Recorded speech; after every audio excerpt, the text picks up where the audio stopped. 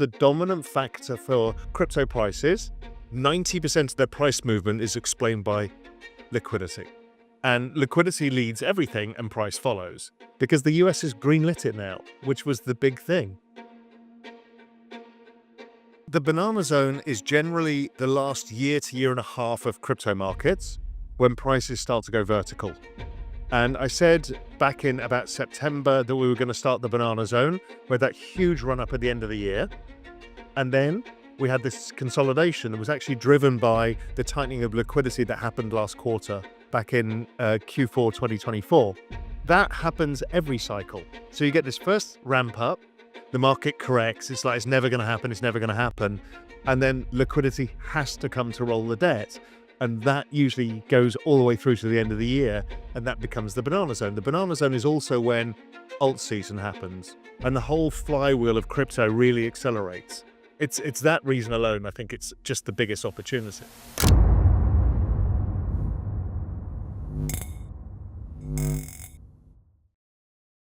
After several months of uncertainty and sideways action, we're now seeing markets rally as Bitcoin continues its rise past the $100,000 mark.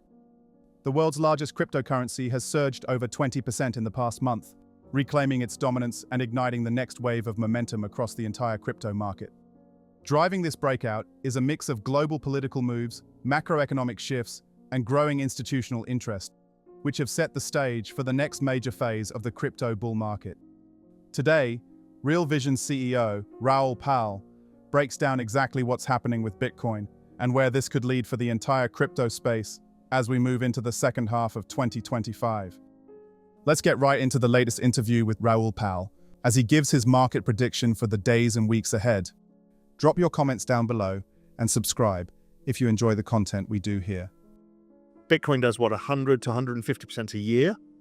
And they're saying that if anything goes really wrong, they'll print money. Because I look at the world from a macro lens. Yeah. From a macro lens, we've got all of these massive debts that need to be rolled. And we hear the governments are having issues with trying to roll the debt. The answer we know is the printing of money. And the printing of money for us in crypto means number go up.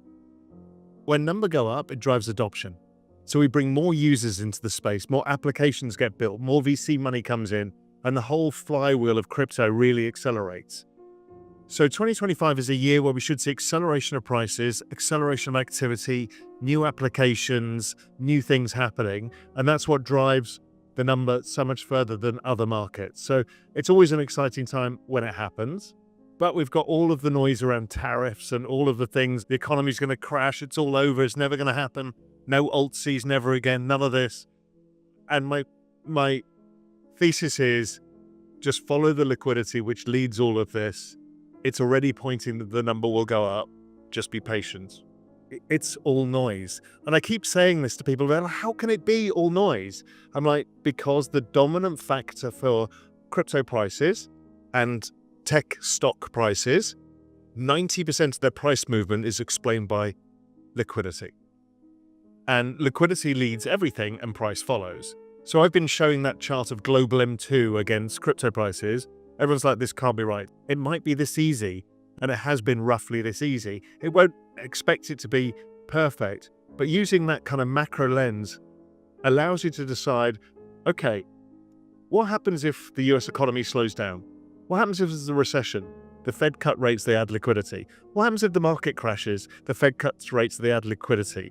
What happens? It's always the same answer to everything. Yeah. There's more liquidity to come. Once you realize that, you realize that they've taken all of the left tail risk, the bad stuff out, the really bad stuff. Sure, markets can go up and down, they can have corrections, but if anything bad happens, they add liquidity.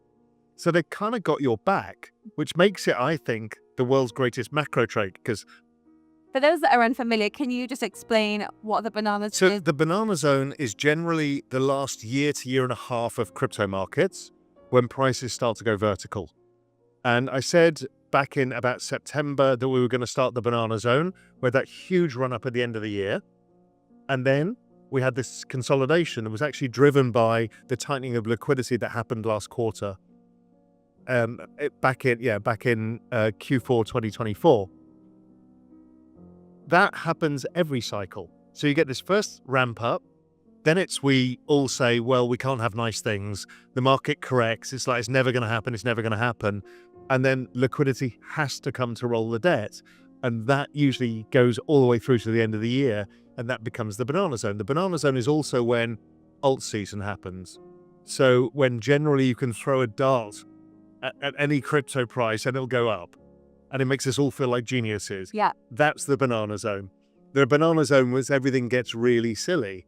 And it makes it much easier for everybody, which is why, because you don't have to be the best in asset allocation or choosing the greatest asset. Most things go up. That's not to say everything goes up, but the banana zone is when we make most of the big gains. It's when all retail gets sucked in. It's when the taxi driver starts talking to you. It's when, your parents call you up saying, should I buy this Bitcoin thing? That's where we're headed. Well, this is why I'm passionate about it, is it's been so hard for young people to be able to buy a house, to have kids, put them through school, all of the things that the big life hurdles, it's almost impossible. Because of the debasement of currency has meant that the value of scarce assets has gone up so much. And my argument has been from, 2015, which was like, this is the big one. This is your chance to make wealth. And not only can you make a bit of wealth, it's the fastest appreciating asset class in all of human history. So you can catch up really fast. So you just have to get involved and start that journey, but it will level the playing field for millions of people. So my view is it goes from a $3 trillion asset class today to 100 trillion in 10 years' time. So we're only 3% of the way there. And if you put it in different terms, that means there is $97 trillion of wealth that's going to get made. Yeah. People are going to make a lot of money, but it's not a few people. It's not like the tech barons or the bankers. This is like, well, Binance has 260 million customers. Now, you could lift 260 million people to change their lives. Okay, that's a big deal. There's 500 million crypto accounts around the world, so you can change 500 million lives. And if you speak to CZ or you speak to the others, they'll say, we want to have 1 billion people, 2 billion people. Well, if you can change 2 billion people's lives, that's a quarter of the world. So it's a very, very big deal. And also it's a big deal because people are getting access to dollars. So the stablecoin thing, I asked CZ about this. I'm like, well, what about stablecoins? He said, I didn't see how big they were going to be. He didn't realize, and most of us didn't realize, how desperate people are to own US dollars.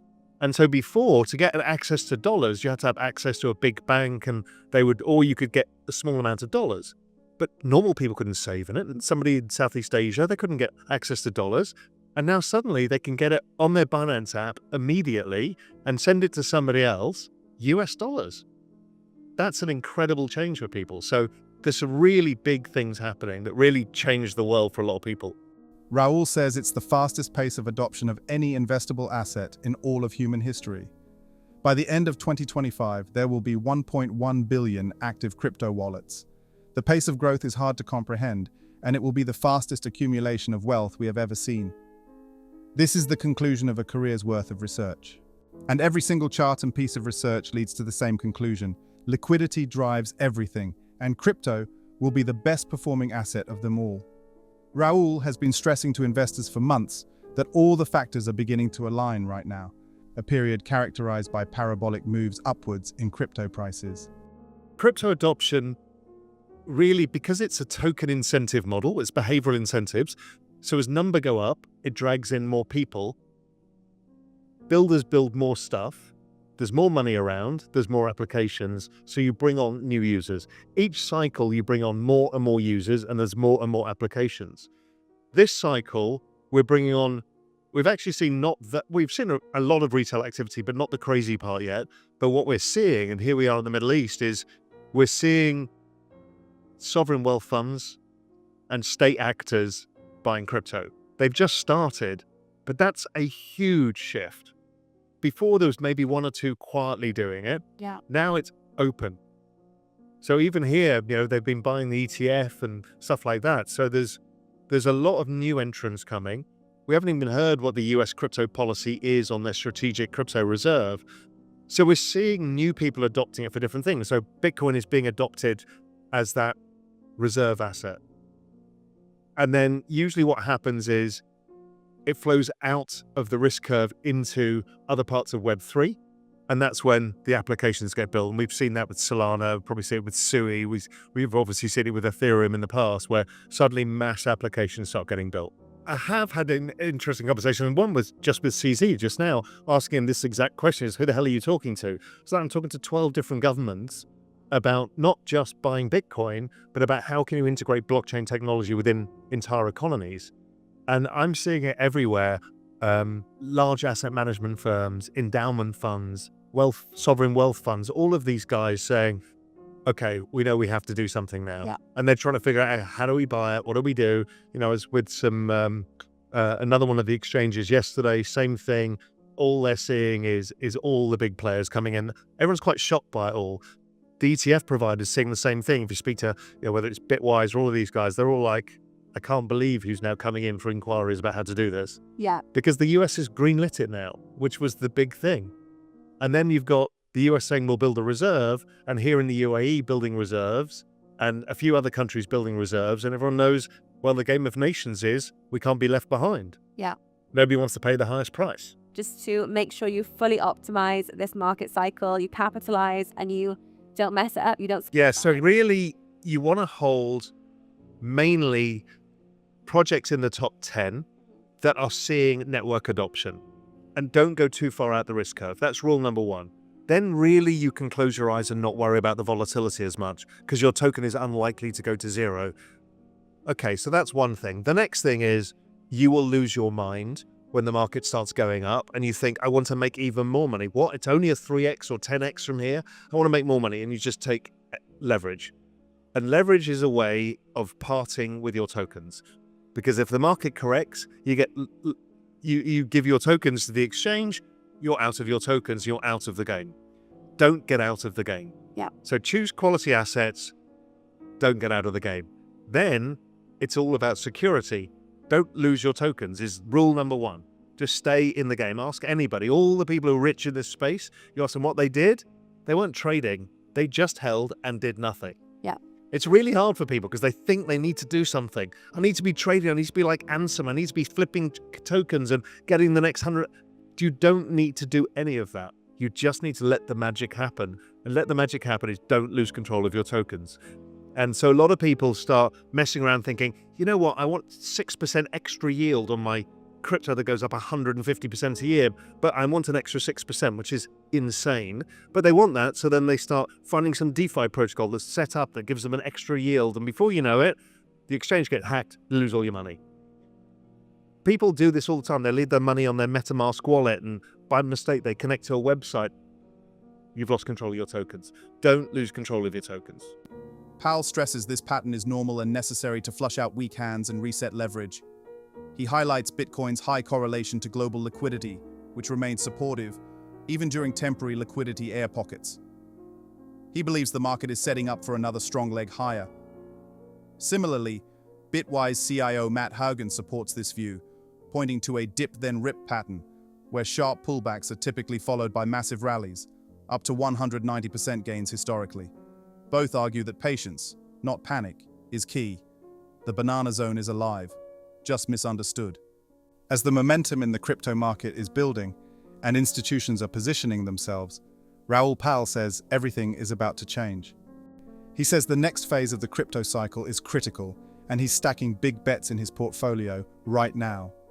With the next bull market, and with crypto and technology being the biggest investments this year, Raoul Pal says that he's remaining bullish on digital assets after significantly increasing his position size during the last bear market.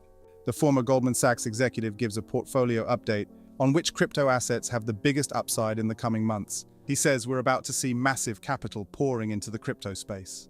With major pension funds and institutional investors on board for the coming cycle, Raoul Pal predicts that crypto is on track to be a $10 trillion digital asset class. Pal says that this cycle will separate itself from its predecessors, as devalued fiat currencies will push more adoption into the crypto market and bring in more capital than we've ever seen before. Bitcoin is one that is headed for an unprecedented price milestone, and Raoul foresees a financial tidal wave that will catapult cryptocurrency to new highs. Raoul Pal says the crypto world is on the brink of something massive, a seismic shift for Bitcoin and crypto in what he calls the banana zone. As the momentum is building and the institutions are quietly positioning themselves, Raoul says everything is about to change. He recently shared his take on the current economic uncertainty, with tariffs and recession fears creating market volatility, that a major market rally is on the horizon. And that's where Bitcoin comes in.